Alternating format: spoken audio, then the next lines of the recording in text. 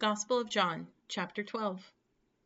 6 days before the Passover, Jesus came to Bethany, where Lazarus lived, whom Jesus had raised from the dead. Here a dinner was given in Jesus' honor. Martha served, while Lazarus was among those who reclining at the table with him. Then Mary took out a pint of pure nard, an expensive perfume. She poured it on Jesus' feet and wiped his feet with her hair. And the house was filled with the fragrance of the perfume. But one of his disciples, Judas Iscariot, who was later to betray him, objected. Why wasn't this perfume sold and the money given to the poor? It was worth a year's wages. He did not say this because he cared about the poor, but because he was a thief. As keeper of the money bag, he used to help himself to whatever was put into it. Leave her alone, Jesus replied. It was intended that she should save this perfume for the day of my burial. You will always have the poor among you, but you will not always have me. Meanwhile, a large crowd of Jews found out that Jesus was there and came, not only because of him, but also to see Lazarus, whom he had raised from the dead. So the chief priests made plans to kill Lazarus as well, for on account of him, many of the Jews were going over to Jesus and believing in him. The next day, the great crowd that had come for the festival heard that Jesus was on his way to Jerusalem. They took palm branches and went out to meet him, shouting, Hosanna! Blessed is he who comes in the name of the Lord! Blessed is the King of Israel! Jesus found a young donkey and sat on it, as it is written, Do not be afraid, daughter Zion. See, your king is coming, seated on a donkey's colt. At first, his disciples did not understand all this. Only after Jesus was glorified did they realize that these things had been written about him and that these things had been done to him. Now the crowd that was with him when he called Lazarus from the tomb and raised him from the dead continued to spread the word.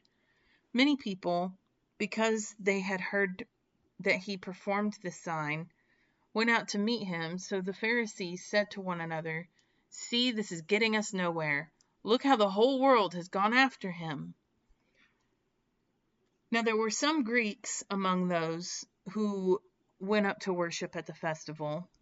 They came to Philip, who was from Bethsaida in Galilee, and with a request.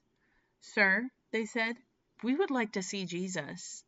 Philip went to tell Andrew. Andrew and Philip, in turn, told Jesus.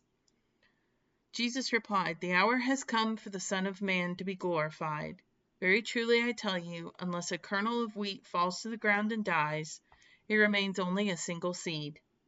But if it dies, it produces many seeds. Anyone who loves their life will lose it, while anyone who hates their life in this world will keep it for eternal life. Whoever serves me must follow me, and where I am, my servant also will be. My Father will honor the one who serves me. Now my soul is troubled, and what shall I say? Father, save me from this hour? No, it was for this very reason I came to this hour. Father, glorify your name. Then came a voice from heaven, I have glorified it, and I will glorify it again. The crowd that was there and heard it said it had thundered. Others said an angel had spoken to him. Jesus said, The voice was for your benefit, not mine. Now is the time for judgment on this world.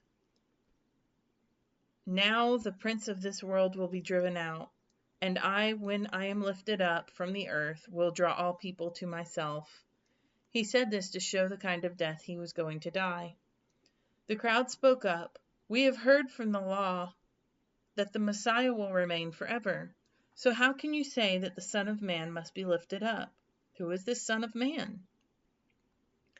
Then Jesus told them, You are going to have light just a little while longer. Walk while you have the light, before darkness overtakes you. Whoever walks in darkness does not know where they are going. Believe in the light while you have the light, so that you may become children of light." When he had finished speaking, Jesus left and hid himself from them. Even after Jesus had performed so many signs in their presence, they still would not believe in him. This was to fulfill the word of Isaiah the prophet. "Lord, who has believed our message, and to whom has the arm of the Lord been revealed?" For this reason they could not believe, because, as Isaiah says elsewhere, "He has blinded their eyes and hardened their hearts, so they can neither see with their eyes, nor understand with their hearts, nor turn, and I would heal them." Isaiah said this because he saw Jesus' glory and spoke about him. Yet, at the same time, many even among the leaders believed in him. But because of the Pharisees, they would not openly acknowledge their faith for fear that they would be put out of the synagogue. For they loved human praise more than praise from God. Jesus cried out, "Whoever believes in me does not believe in me only, but in the one who sent me. The one who looks at me is seeing the one who sent me. I have come into the world as a light, so that no one who believes in me should stay in darkness.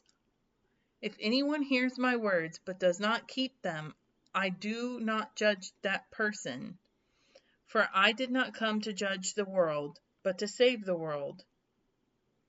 There is a judge for one who rejects me and does not accept my words.